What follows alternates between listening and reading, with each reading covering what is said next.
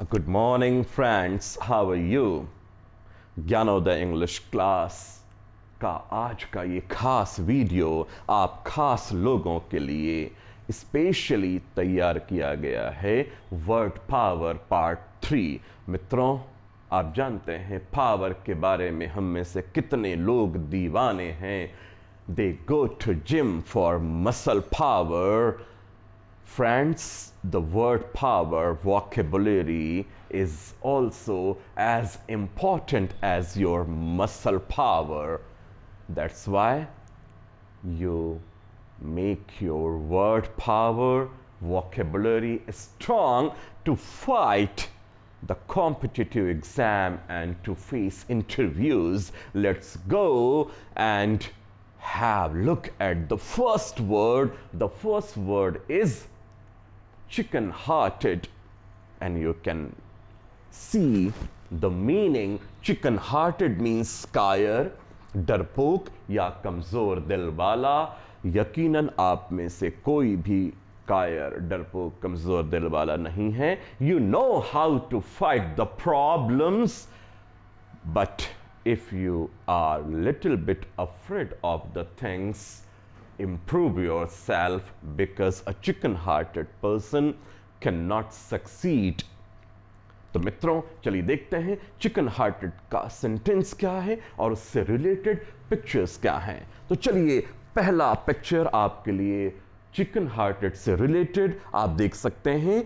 यह व्यक्ति he is standing on a chair. Why? कारण क्या है? क्योंकि वह डरता है एक रैट से, माउस से, और उसी डर से वह एक कुर्सी पर अपने आप को खड़ा कर लिया है। मित्रों, इस छोटी सी चीज से वह इतना डर गया है कि उसके आप भाव देखिएगा। हम बिल्कुल ऑब्वियसली कह सकते हैं कि he is a chicken hearted person. Normally हर व्यक्ति के मन में कहीं ना कहीं कुछ बातों का डर तो होता ही है, लेकिन वह हमारी प्रकृति में हमेशा के लिए बस जाए तो हम वैसे व्यक्ति को कह सकते हैं चिकन हार्टेड। और chicken hearted people can not face the problems, they run away, वे भाग जाते हैं जब प्रॉब्लम्स को देखते हैं तो। और इसी से रिलेटेड कुछ सेंटेंस आपसे शेयर करना है। मित्रों देखिएगा, chicken hearted people can't face problems in their lives, that's why they do not succeed. And I hope that you are going to be lion hearted. Let's go to the next word. The next word says close fisted,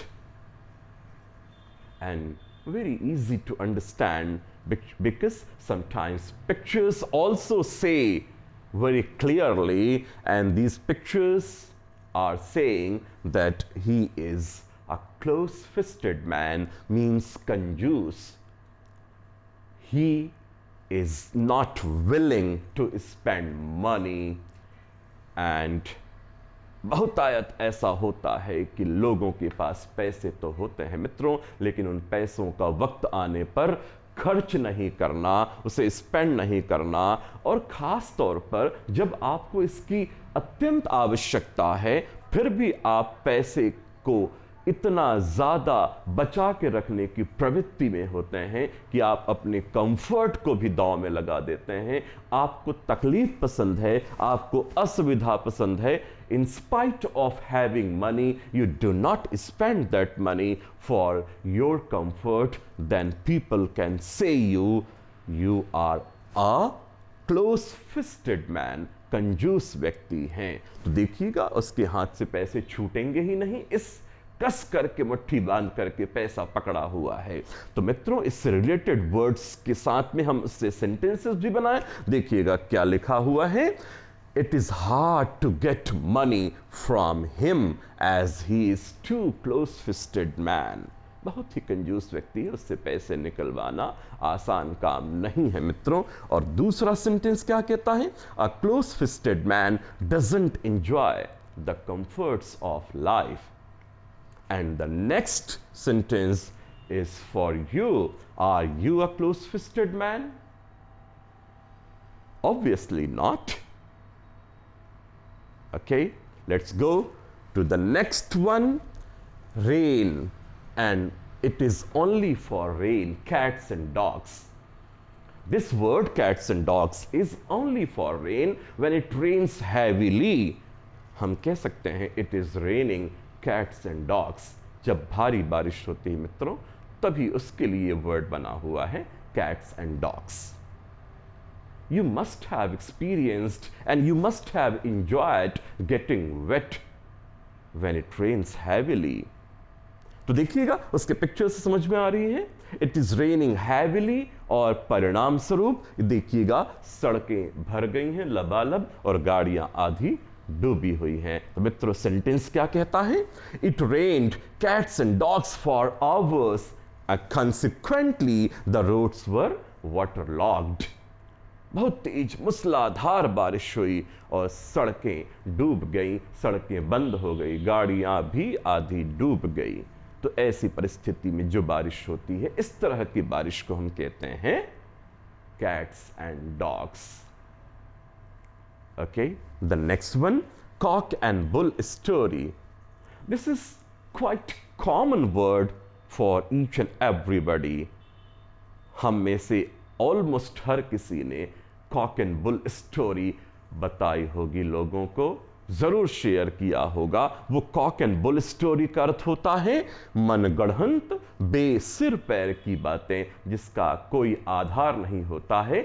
ऐसी कहानियों को हम गढ़ लेते हैं मित्रों, हम किसी खास परिस्थितियों से अपने आप को सेफ करने के लिए, बचाने के लिए। तो मित्रों आप याद करिए, कभी ऐसा हुआ है कि आपको कोई काम सौंपा गया और आपने उस काम को नहीं किया, और उस काम को नहीं करने के पीछे आपने न जाने किस तरह की कहानियां गढ़ी, अपने पेरेंट्स को भरोसे में लेने के लिए आपने कॉक एंड बुल स्टोरी भी उनको सुनाई, मनगढ़ंत बेसिर पैर की बातें आपने कही। और खास तौर पे ऐसी जो चीज़ें होती हैं वो छोटे बच्चों के साथ जो स्टूडेंट्स होते हैं, तो उसी का एक एग्जाम्पल देखिएगा सेंटेंस के माध्यम से।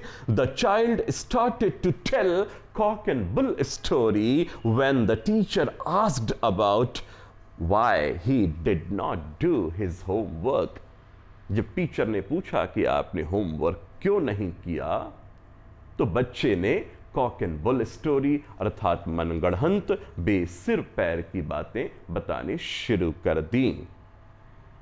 Okay, the next one, make castle in the air. आप चाहे तो मेक का प्रयोग कर भी सकते हैं और नहीं भी कर सकते हैं। कासल इन द एयर मतलब हवाई किले बनाना, ख्याली पुलाव पकाना, उस चीज से हम कोसों दूर होते हैं जिसकी हम चर्चा कर रहे होते हैं, सत्यता से, हकीकत से कोसों दूर होते हैं, मात्र हम काल्पनिक बातें करते हैं। कई बार तो लोगों को प्रभावित करने के लिए न जाने किस तरह की बड़ी बड़ी बातें, ब्रैगिंग होती है, वी टॉक बिग, बट उन सारी बातों का भी कोई आधार नहीं होता है।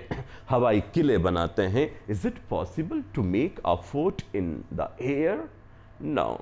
बट आपने भी सुना होगा, हर किसी के, ऑलमोस्ट हर किसी के ग्रुप में कोई ना कोई ऐसा व्यक्ति होता है, हम कई बार उनसे सुनते हैं कि वो न जाने किस तरह की आधारहीन काल्पनिक बातें करता है। मित्रों, यदि मैं अपने आप के बारे में कहूं कि मैं अगला प्रधानमंत्री भारत का होने जा रहा हूं, तो मेरी इस बात का क्या आधार है, क्या बेस है? कुछ भी नहीं है। I am just imagining the things.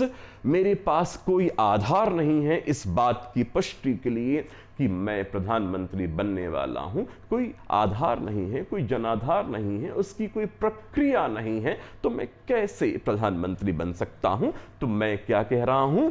I am just making castle in the air. मैं हवाई किले बना रहा हूं। अपने ग्रुप में भी कई लोग ऐसे होते हैं, उनकी चर्चा को सुनिए, कुछ भी नहीं करते हैं सिवाय बातों के। मैं तो पीएससी की तैयारी कर रहा हूं, यूपीएससी की तैयारी कर रहा हूं, मैं तो बिल्कुल श्योर हूं कि मैं फर्स्ट अटेम्प्ट में ही सफलता हासिल कर लूंगा, जबकि वह करता कुछ भी नहीं है। He just makes castle in the air. Friends, आप प्लीज यदि ऐसे ग्रुप में हैं तो आप अपने फ्रेंड्स को प्लीज समझाइए, हकीकत से रूबरू कराइए, और आप भी कभी ऐसा करते हैं तो please stop it. Don't make castle in the air. Okay, the next sentence. Some of my friends just make castles in the air. They do nothing. कुछ भी नहीं करते हैं सिवाय बातों के. ऐसे लोगों की भीड़ बढ़ती जा रही है मित्रों. Be careful. And instead of working hard for his career, अपने करियर के लिए कड़ी मेहनत करने की बजाय he wastes his time in building castles in the air. वह हवाई किले बनाने में ही मशगूल रहता है, जबकि उसे इस वक्त मेहनत करनी चाहिए होती है. मित्रों, the next one, come off with flying colors. Come off with flying colors मतलब बड़ी एवं पूर्ण सफलता, ग्रैंड सक्सेस. आप देखिए इस पिक्चर पे कितनी प्रसन्न लग रही है वो, कारण A++ का रिजल्ट उसे मिला है. मित्रों, जब हमें ऐसा ही कोई रिजल्ट मिलता है तो हम हम कैसे होते हैं? We come off with flying colors. Okay, what is the sentence? She worked too hard for the exam and it resulted that she came off with flying colors.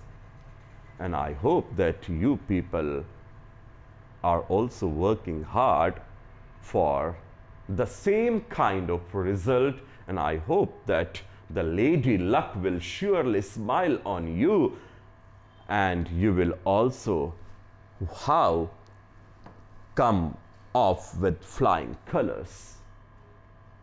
Okay, the next one, he came off with flying colors in IAS exam. वो IAS की परीक्षा में बहुत बड़ी सफलता हासिल की. He came off with flying colors in IAS exam. Okay, the next one, cap in hand. मित्रों, ये सिर्फ एक वर्ड नहीं है, एक शब्द नहीं है, ये एक व्यवहार है, और इस व्यवहार को हमें जीना है.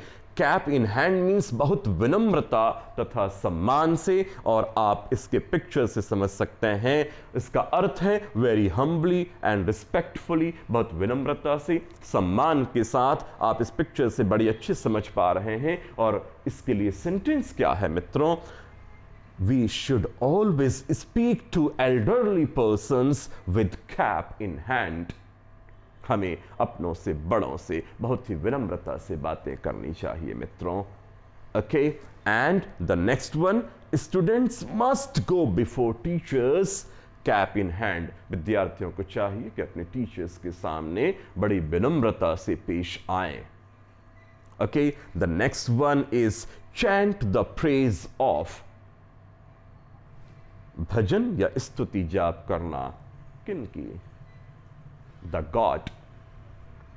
We should be thankful to the God for each and everything we people have. Okay, then we should show the God our thankfulness for the mercy जो उनकी कृपा हमें मिली है, जो उनका ग्रेस हमें मिला है, उसके लिए हमें हमेशा उनको याद करना चाहिए, उनका स्तुति करना चाहिए. किस लिए? We should show the God our thankfulness for the mercy by chanting the praise of the God. Okay, and the next one, chanting the praise of the God is a form of communion with the God. यदि आप भगवान की स्तुति करते हैं, आप रम जाते हैं, तो आप भगवान के काफी नजदीक हो जाते हैं. भगवान की कृपा आप पर बरसती रहती है.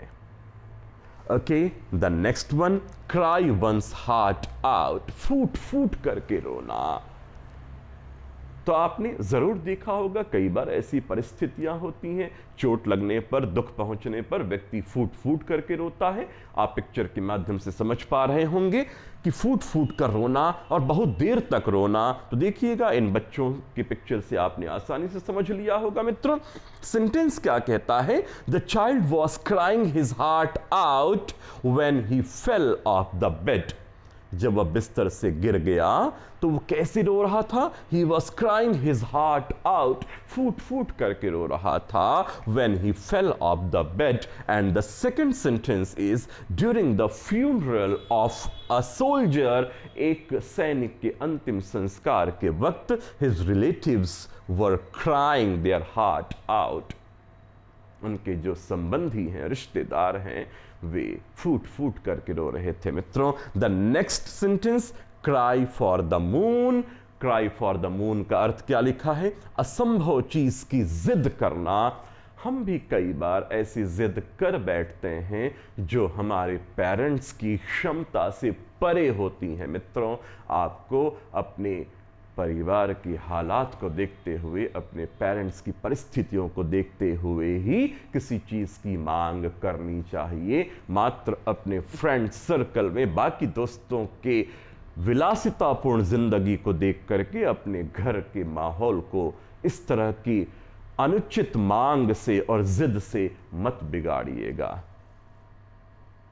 उनके लिए ये बहुत बड़ी बात होती है। तो please do not cry for the moon. But एक एग्जाम्पल मैं आपको देना चाहूंगा इस पिक्चर के माध्यम से कि ऐसी ही किसी असंभव चीज की जिद लॉर्ड कृष्णा ने की थी, बहुत ही निर्दोष मासूमियत के साथ। जब वो बहुत ही छोटे थे, बाल कृष्ण कहें, तब उन्होंने देखिएगा अपनी मम्मी से जिद की, अपनी माताजी से जिद की कि मुझे चांद चाहिए खिलौने के रूप में। तो is it possible?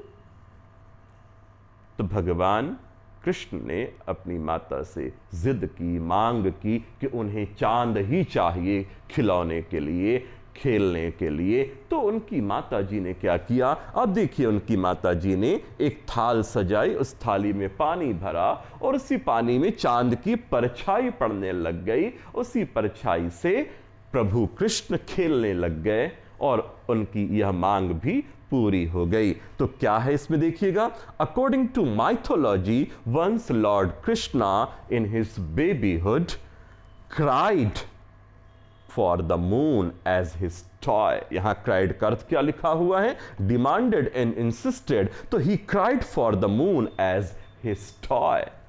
And the next one, cast pearls before swine. Hindi में कहते हैं भैंस के आगे बीन बजाना। कई बार ये परिस्थिति आपके घर पे भी निर्मित हुई होगी। आपके पेरेंट्स, आपके बड़े, आपके एल्डर्स ने आपके नहीं समझने की स्थिति में आपको कभी ऐसी ही उपमा दे दी होगी कि इससे तो बात करना या इसे कुछ समझाने की कोशिश करना तो भैंस के आगे बीन बजाने जैसे है। तो होता है, कुछ लोग हमारे बीच ऐसे होते हैं, हमारे परिवार में, हमारे समाज में, जिनको हम समझा ही नहीं सकते हैं। हम बोलते हैं ना कि अपनी मुर्गी की एक टांग, मैं सही, मैं सही, मैं सही। सामने वाले व्यक्ति को जो आप देना चाहते हैं वैल्यूबल थिंग्स, उस वैल्यूबल थिंग्स की कोई वैल्यू ही नहीं होती है, उससे उसको कोई सरोकार नहीं होता है। आप लाख सिर पटक लें, उसे यह बात समझ में आती ही नहीं है। तो ऐसे लोगों को कोई भी वैल्यूबल चीज, कोई भी बहुत ही काम की चीज आप बताना चाहें तो वो वैसे ही उसको अवॉइड करते हैं। उन्हें तो सिर्फ मैं प्यारा होता है, उनको समझाया ही नहीं जा सकता है।